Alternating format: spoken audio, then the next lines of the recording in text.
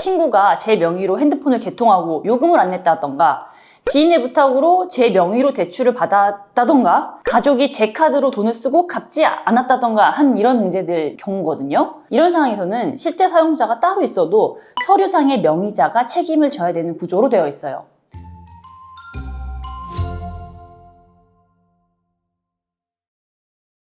안녕하세요. 회생이 답이지의 이미지 변호사입니다. 오늘은 실제 상담 사례에서 정말 자주 나오는, 그리고 많은 분들이 억울해하시는 상황에 대해서 이야기해 보려고 해요.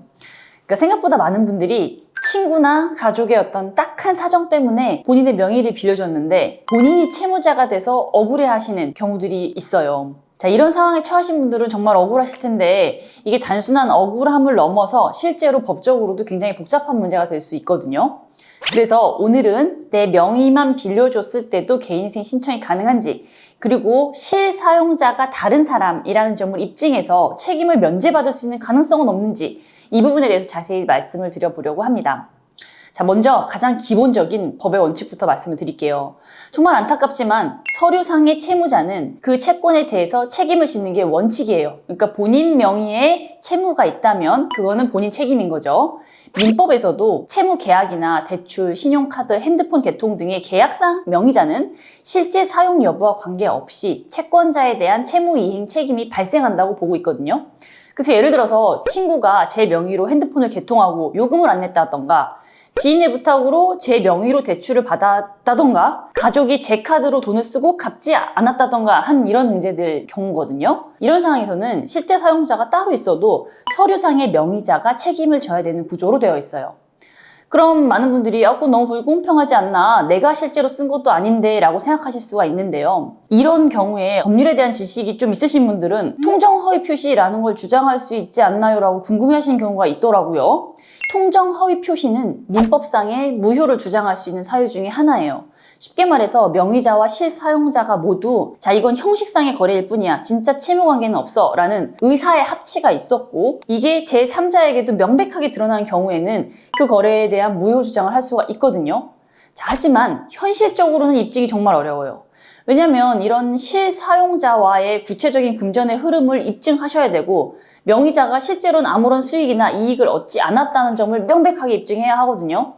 더군다나 제3자인 채권자가 선의의 제3자인 경우에는 무효 주장이 받아들여지지 않을 가능성이 높죠. 그래서 개인회생 재판부에서도 일단 명의자가 계약했으면 책임을 진다, 이런 입장이 이제 기본이고요. 진짜 사용자가 따로 있다는 걸 객관적으로 입증을 하는 경우에 일부 인정이 가능한 정도라고 생각하시는 게 좋을 것 같아요. 자, 그럼 어떤 경우에 실사용자 입증이 가능할까요? 실사용자가 돈을 인출하였거나 그 실사용자에게 입금한 기록이 명확하게 있다거나, 실사용자가 주고받은 문자나 통화, 카카오톡 같은 내역이 명확하다거나, 대출금이 바로 실사용자 계좌로 입금된 사실이 있다거나, 이 명의자가 신용이나 소득이 없던 시점에 거래가 이루어졌다는 점을 입증할 수 있는 경우, 이런 경우들이 있긴 하거든요. 그래서 실제로 대법원 판례를 보면 대출금 전액이 실사용자 계좌로 입금된 사실이나 명의자의 신용 한계상 대출이 불가능한데 실사용자 배후 거래임을 좀 객관적으로 입증한 경우, 이런 일부 경우에서 불법행위 책임이 좀 배제되거나 변제 책임이 감경된 그런 사례가 있기는 해요. 하지만 이것도 법원이 100% 믿고 면책해 주는 건 아니에요. 내가 직접 사용하지 않았다라고 하는 주장만으로는 부족하고 매우 높은 수준의 입증 책임, 입증 자료가 요구가 되거든요. 그 대부분의 실무에서는 명의자의 책임을 우선 인정하는 경우가 많아요.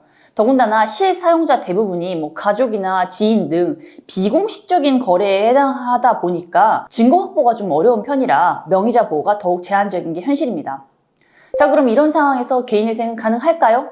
가능합니다. 왜냐면 채무는 명의자에게 귀속되지만 그걸 변제할 능력이 부족한 상황이라면 개인회생 요건을 충족하는 것이니까요.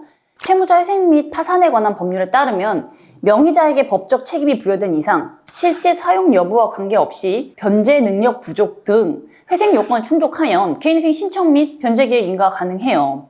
그러니까 내가 실제로 사용하지는 않았지만 법적으로 내가 책임진 위치에 있다면 나의 개인회생 절차로 정리할 수는 있다는 거죠. 다만 여기서 중요한 건 법원에서 실사용자가 따로 있다라는 주장만으로 면책해 주는 게 아니고요. 명의자 본인의 변제 능력을 기준으로 개인회생 요건과 그 실질을 엄격하게 심사를 한다는 점입니다. 그리고 단순히 이건 내가 쓴 채무가 아니니까 탕감해달라 라는 식으로 주장하시면 안 되고요. 정당한 회생 사유로 구성을 해서 신청을 해야 해요. 그리고 나서 실제 사용한 사람에게는 구상권을 행사할 수 있어요. 그러니까 명의자가 대신 갚은 뒤에 실사용자한테 당신이 실제로 썼으니까 나한테 갚아라 라고 요구할 수 있는 권리가 구상권이거든요. 하지만 이거는 개인회생과는 별개의 민사 문제로 따로 진행을 해야 하는 부분입니다. 실제로 저희 사무실에도 이런 케이스로 상담 오시는 분들이 종종 있으세요. 친구 부탁으로 명의만 빌려줬는데 이제 연락도 안 된다. 가족이 내 카드를 쓰고 있는데 내가 감당이 안 된다. 이런 분들이요. 근데 제가 이런 분들에게 항상 말씀드리는 게 억울하시겠지만 무작정 억울해 하시기보다는 현실적으로 해결할 수 있는 방법을 찾아보자고요. 그러니까 정말 억울하실 거예요. 본인이 쓴 것도 아닌 돈 때문에 내 신용에 문제가 생기고 추심까지 받게 되니까 말이에요. 근데 법적으로는 명의자한테 책임이 있다고 보는 게 원칙이고, 또 이런 상황에서는 개인회생이라는 제도를 통해서 정리를 하는 것이 어떻게 보면 가장 현실적인 해결책이 될 수도 있어요. 자, 정리해보면 내가 명의만 빌려줬다고 하더라도 법적인 채무는 명의자에게 귀속된다는 점, 통정허위 표시 주장은 이론상은 가능하지만 현실적 입증은 매우 어렵다는 점, 그리고 개인회생은 명의자 기준으로 가능하고 실사용자 문제는 민사로 좀 별도로 진행하면 된다라는 점을 기억해 주시면 좋겠습니다. 자, 혹시 지금 누군가의 부탁으로 명의만 빌려줬다가 채무가 생긴 상황이시라면 억울해 하시기보다는 개인회생이라는 제도로 정리할 수 있는지를 좀 검토해 보시기 바랍니다. 오늘 영상을 보시고 궁금한 점이 있으신 분은 아래 고정 댓글에 남겨드린 저희 사무실 연락처로 연락 주시면 본인의 상황에 가장 잘 맞는 회생 전략을 안내해 드리도록 하겠습니다. 감사합니다.